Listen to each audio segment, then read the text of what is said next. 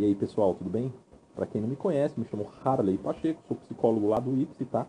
E hoje a nossa aula vai ser sobre um texto, a gente vai falar sobre socialismo, e o texto que a gente vai usar como referência é a História, do Karl Marx, do Friedrich Engels, tá? A gente vai fazer, eu fiz um resuminho e a gente vai refletir sobre ele, tá? É curtinho, a aula vai ser rapidinha. Bem, o Marx ele começa a falar desse texto, né? Eles começam, né, dizendo que a história atual dos homens eles são submetidos ao poder de terceiros, legitimado por um espírito universal chamado por ele de mercado ideológico. Né? Os autores afirmam que, com a derrubada desse modelo de Estado, chegaremos à liberdade individual de modo singular e isso mudará a história. Se você for ver, o Marx ele já está começa o texto metendo a boca, metendo a bica nos caras, né, no capitalismo. Pessoal, embora a gente está vendo isso do ponto de vista da psicologia, tá? Segundo os autores, a riqueza espiritual ela depende da riqueza efetiva material. E só assim, possuindo isso, cada indivíduo será libertado da alienação e do consumismo. Então é o seguinte, para você ter... Ele está falando aqui que você precisa ter riqueza espiritual, mas você para isso precisa ter efetivamente riqueza material. E nesse material a gente inclui aí a educação. Porque por meio dela a gente consegue se libertar da alienação, né, e do consumismo. A ideia do autor aí é pegar o poder, tá, e dividi-lo entre os homens de modo recíproco. Tá? E esse é o que a gente chama de idealismo. Tá?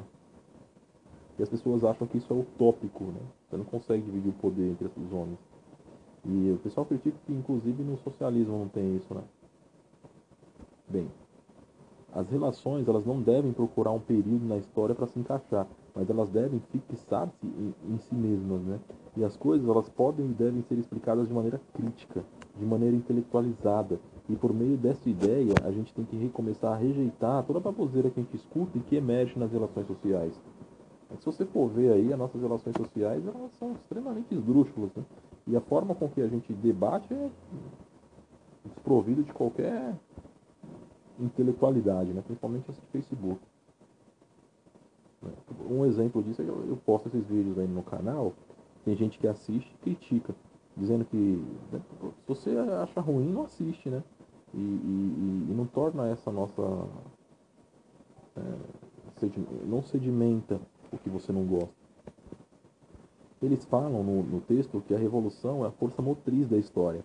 E ela mostra que a história não termina com espíritos chamados de espíritos autoconscientes, né? Mas nem sempre se encontra no estágio material adequado, né? Que isso somado a uma força de produção que não beneficia todos. Ao final das contas, as circunstâncias fazem o homem e o homem faz a circunstância, né?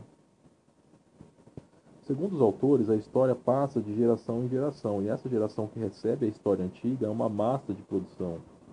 E isso já, por si só, prescreve como sendo uma condição de vida. Hoje eu acho que um pouco menos, né? Porque a cultura crítica, embora ela esteja superficial, ela está banalizada e as pessoas elas estão reivindicando mais. Reivindicando coisas erradas, mas estão reivindicando. Né?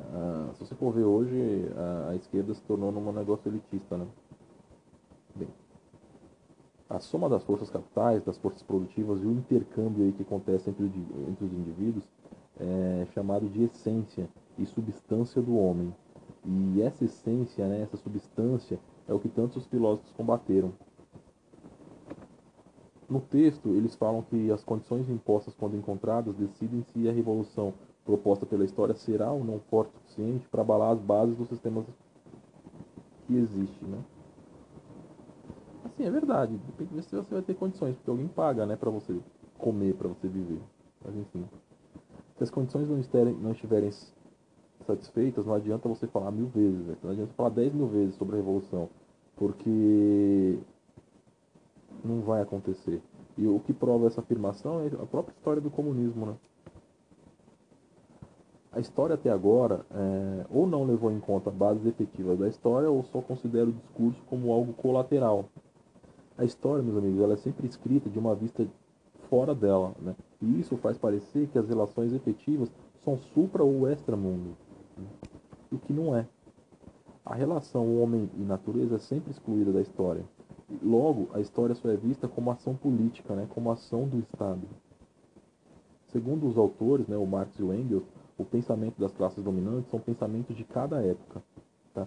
Portanto, a classe social dominante material também é a classe social dominante espiritual. A classe dominante tem poder para difundir o domínio espiritual porque tem poder material para isso, financeiro, econômico, né? O que difere aí os dominantes dos dominados é que é o pensamento, pois a classe que domina tem consciência e pensa, domina, né, dominam como seres pensantes, como produtores de pensamento. No modelo social predominante, né, que a gente vive, há uma divisão do trabalho, e uma parte é individual e a outra parte é intelectual, sendo que uma delas aparece como pensadores e outra como receptores da divisão. E isso se desenvolve aí até uma possível inimizade entre essas classes. Porém, tal inimizade cai por terra quando começa a afetar ela mesma, né?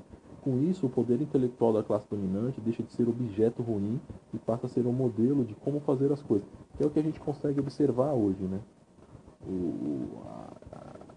Essa coisa da esquerda estar perdendo poder, do PT ter perdido aí a maior parte do governo, do Trump ter ganhado lá, Donald Trump, né? Não é Trump, o Trump ter ganhado lá nos Estados Unidos, né? Enfim, assim, e eles terem esse pessoal, o Dória ter ganhado em São Paulo, e em lugares em que os partidos socialistas eles eram mais fortes, é só a prova do que o Marx e o Engels falaram está realmente acontecendo, né? As pessoas, o socialismo morreu. Morreu muito pelo contrário. Isso está acontecendo, foi muito previsto e ignorado, né? O que a gente fez foi ignorar o que estava previsto. Mas enfim, cada classe que começa a herdar o domínio, ela começa a engendrar seus objetivos e interesses nos pensamentos abstratos, né? Afirmando discretamente que seus interesses são comuns a todos e da sociedade. Viu só? Porque isso aqui está falando, ó, cada classe, né? Isso é um texto do Marx, tá? Isso é um texto do Engels, tá? Não sou eu que estou falando, não. Tá? Olha o que os caras escreveram. Cada classe, inclusive a nossa, né, que começa a herdar o domínio, começa a engendrar seus objetivos e interesses, afirmando, inclusive, que seus interesses são comuns a todos. Pô, pura falácia, né? Porque a maioria das pessoas, quando vão para o poder, tem uma postura totalmente diferente do que deveria ter. E diz que é em defesa do bem comum. Nesse ponto surge a classe revolucionária, que começa de maneira legitimada e até pode ser mais legitimado, pois no início o interesse é a revolução, mas posteriormente aquilo que era revolução fica acima da burguesia e passa a ser nova burguesia. E a partir dali surge uma revolução cada vez mais forte e aguda, mas em benefício da burguesia.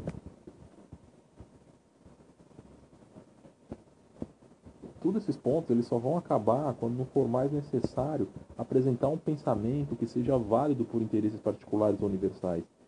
E isso só é possível se a gente separar o indivíduo dominante do pensamento dos dominados. Ou seja, não vai acontecer. Tá? Pessoal, eu espero que você tenha gostado da aula. Se tiver alguma dúvida, você pode aí falar. Se inscreve no nosso canal aí e visite o site do Willis. Valeu?